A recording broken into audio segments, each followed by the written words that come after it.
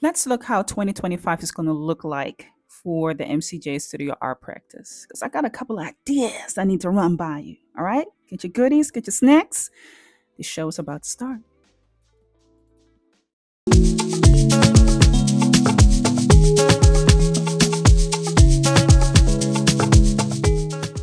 Hey, people.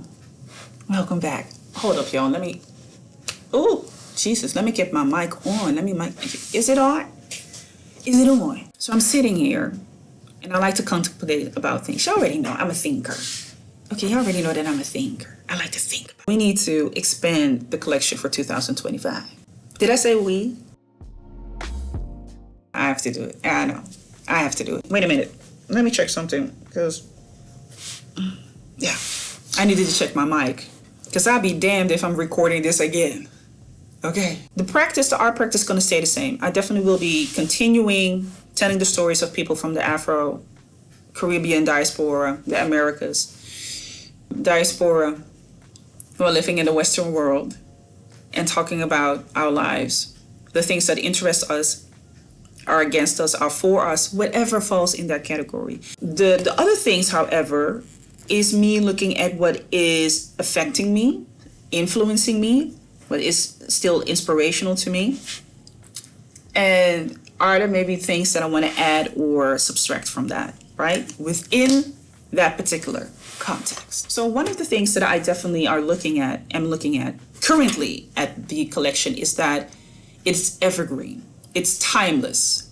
I don't want to say evergreen. I don't think evergreen is a good way of describing it, but timeless is a great way of describing it. Meaning I can go 10 years back to 20 years back, and I can go 10 years forward, 20 years forward, or stay in the current time. So I definitely want to approach my work being that, timeless. But I don't mind creating pieces that really fall within a state of the world that is going on right now, because so much is going on right now. Right now, the world is in a tussle, okay? And it has been for quite some time. Like, the Netherlands is extreme right, and the people are getting dissatisfied with all the promises that have been made by the parliament, and they are not being set through. Now, I don't mind, because I wasn't for the people who were sitting there anyway. Then we have the United States. Yeah, Trump, enfant terrible. The disbelief from my part, where people are so ill-informed, but yet again, how well propaganda has played its part in having having a crook being reelected, because he is a crook. Yeah, that man is the villain. You know, also seeing the polls, of course, the results of who went to vote and what type of impact it has had on the results, hearing the reasoning, the rationalization of their choices, of people's choices of I voted for Trump because, or I voted for Kamala because. The polarization that it has caused, I mean, you cannot tell me that doesn't have an effect on anybody's state of mind, right? I'm not a politician, but I am somebody who's aware, and I am a thinker. So the information, the data that we are getting, or we are not getting, it definitely will make you think like, well, where is it that we are standing? Where are we going to? And will people be able to, change anything of this? Or what will change? Then, if we look globally, okay, the enfant terrible in the United States, who is holding people hostage and saying, if you don't, I'm going to throw some tariffs on you. It's making me scratch my head like, did y'all know what y'all want to do? And then America trying to hold the BRICS countries hostage, like, if y'all don't take the dollar as the main currency, then I'm going to throw the tariffs. And they're like, do whatever you got to do, bro. You think I'm scared? You think you're going to whoop my ass?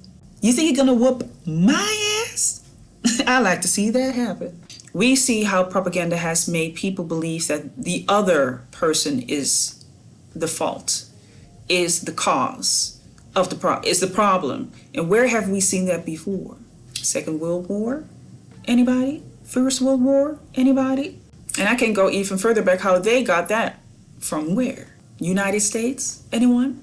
Anybody? Going once? Going twice? It is so obvious how people are going into the right wing, how different demographic groups are now looking at each other, how the space between rich and poor is just obvious, is there. Middle income? Where? The destruction of the middle income family. And not only in the United States, but also here in Europe, the destruction of the middle income family. Ghetto. Then here in Europe, we got NATO, the representative of NATO, Mark Rutte, who used to be the prime minister here in the Netherlands, left his bullshit here and is now warning us to have a mentality that's prepared for war with Russia. Mr. Rutte, I don't mean to be rude, but listen, I did not pick a fight with Mr. Putin. Okay, I did not go to his house and said, I got beef with you. So if you feel that you have beef with Rutte or Putin, Putin has with Rutte or Rutte has with Putin, listen, then y'all need to get together and squabble it out. Don't bring the people into it. It's bringing a lot of chaos and a lot of distress to people. Because people don't know what to think, people don't know what to do. And that is, of course, also part of what they would like to see. People being in distress and people not knowing what to do in this state of fear, in a state of anxiety. Because that is basically what it is. Listen, I'm not going there, okay? My mind will not be going there. But I'm saying all of this. And of course, wait, what am I forgetting? The Africa continent. The Africa continent, where you can see where certain countries are really not putting up with the ish that is coming from old colonizers or current colonizers. They're telling like, y'all need to get y'all shit and y'all need to leave, okay? It's fine that you want to come in this country and do business, but let's then do business. Let's do business that everybody can profit from it. That is, of course, the African continent. Then we see Asia. Things going on over there. The world is, I wouldn't say in a turmoil, the world is changing, and that can, of course, be tumultuous. I'm saying all of that to say this. Any artist is, of course, going to be affected by this. Any artist is, of course, going to look at their art practice and ask themselves, is this still something that I want to paint about, or I'm just going to do my thing and I'm not going to mind what is happening around me. I'm just going to focus on what it is that I do.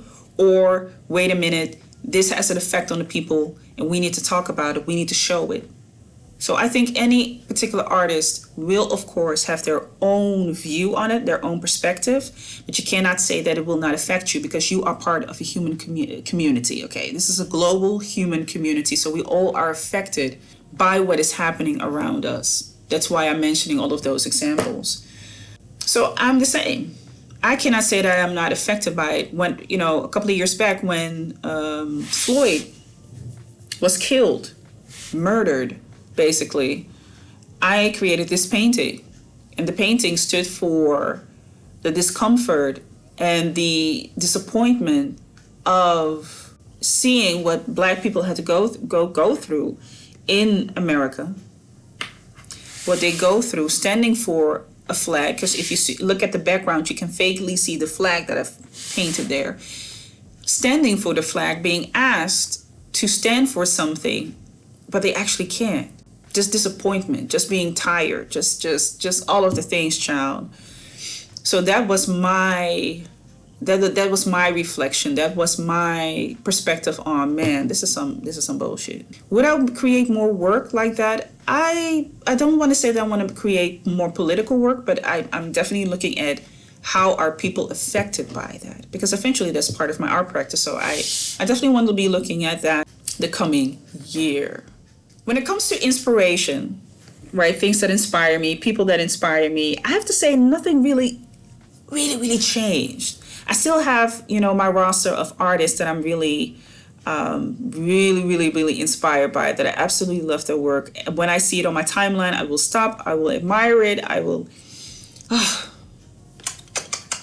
one of them is Kerry Marshall.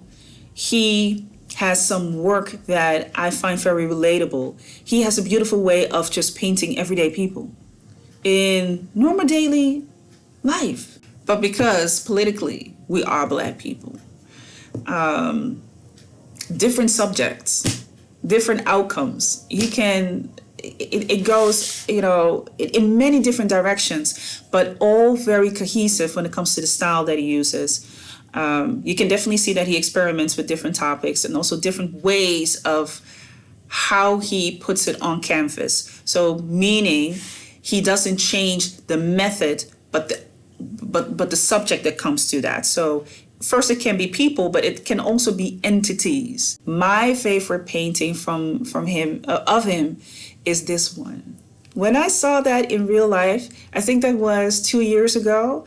There was an exposition in Amersfoort, and I went over there, and they had predominantly only artists that were from the United States, Black American artists, and showcasing their work, which was beautiful, of course. Went over there, saw this painting, and this painting is huge. It's huge. I was so moved by it because of the joy. Another artist two other artists, which are female, Afro-American female artists, are Lisa Butler, and also this particular artist. I forgot her name, but she is the artist that created a beautiful painting of Michelle Obama. Oh, gorgeous. This particular artist, I have a very, like a special relationship with her work due to the fact that my grandmother is someone who would create quilts. She created quilts for me. She would create quilts for other people, and she would whip them up in the evening, just sitting and gathering all of the fabrics that she still had left from creating her own clothing for other people or for herself. And she would sit and put those pieces together. Just take her time and put the pieces together. Big pieces with little pieces, brown with green and yellow, and just piecing them together so beautifully. And this artist has a way of doing that, the same thing. And quilting is actually a very intricate art style that has been passed on from generations to generations, specifically in the time of slavery, where people could not read or write, were not allowed to read or write. So therefore they couldn't read or write, but still wanted to pass on their stories. So some did it anyway. They were reading and writing anyway. So they had books, maybe manuscripts, but other people would do it in the form of quilts, mostly, predominantly women, giving that to their daughters, and their daughters giving it to their daughters, passing it on, because also just creating this family piece, ensuring the worth, the value of what they created, and also what it stands for. All of those pieces have a meaning, of course.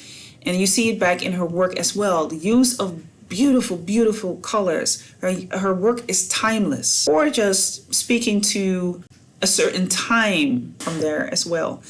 Absolutely beautiful, beautiful work. And of course, this artist who created the beautiful painting of Michelle Obama.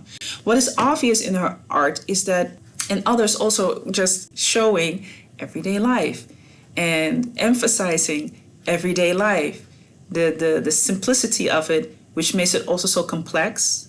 It makes it complex because how easy was it for people to have those simple moments? It wasn't. How easy was it for people to have uncanny moments where you did not have any care in the world? Not really. Of course, I have many other artists, current artists, contemporary artists that I absolutely love. It also comes to the styles that just have a huge range, but that hasn't changed actually. I haven't added any other artists so far, but it doesn't mean that I won't. I mean, I just know a small portion of artists on my timeline. So the way that I'm painting, I'm not going to change anything about it because I absolutely love the way that I'm painting right now.